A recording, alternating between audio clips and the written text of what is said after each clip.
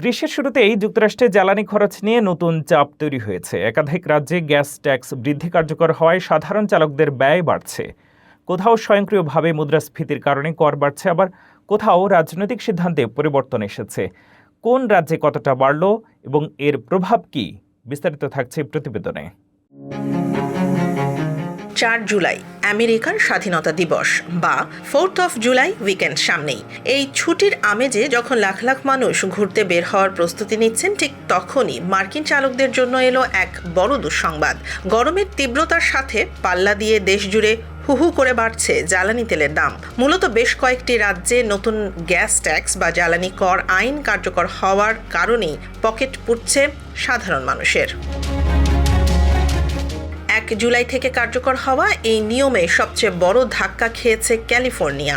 পুরো দেশের মধ্যে সবচেয়ে বেশি জ্বালানি কর নেয়া এই রাজ্যে প্রতি গ্যালনে ট্যাক্স বেড়েছে 2.2 সেন্ট, যার ফলে এখন শুধু রাজ্য করই দিতে হচ্ছে 63.4 সেন্ট। পিছিয়ে নেই ওয়াশিংটন রাজ্য, সেখানে তেলের ট্যাক্স বেড়ে হয়েছে 56.5 সেন্ট। ফেডারেল ট্যাক্স মিলিয়ে ওয়াশিংটনের চালকদের প্রতি গ্যালনে প্রায় 75 সেন্ট শুধু করই গুনতে হচ্ছে। এছাড়া ম্যারিল্যান্ড এবং নিউ জার্সিতেও করের বোঝা আরও বেড়েছে। মুদ্রাস্ফীতি এবং রাস্তাঘাট মেরামতের অজুহাতে রাজ্যগুলো এই কর বাড়ালেও সাধারণ মানুষ বলছেন দৈনন্দিন যাতায়াতে এই বাড়তি খরচ তাদের ওপর বিশাল চাপ সৃষ্টি করছে। তবে ব্যতিক্রমও আছে।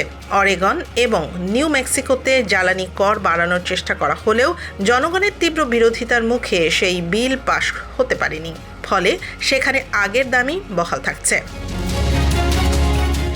বিশেষজ্ঞরা বলছেন একাধিক রাজ্যে মুদ্রাস্ফীতি ভিত্তিক স্বয়ংক্রিয় কর বৃদ্ধি এবং রাজনৈতিক সিদ্ধান্ত মিলিয়ে যুক্তরাষ্ট্রে জ্বালানির খরচ ধীরে ধীরে বাড়ছে, যা দৈনন্দিন যাতায়াতে সরাসরি প্রভাব ফেলছে।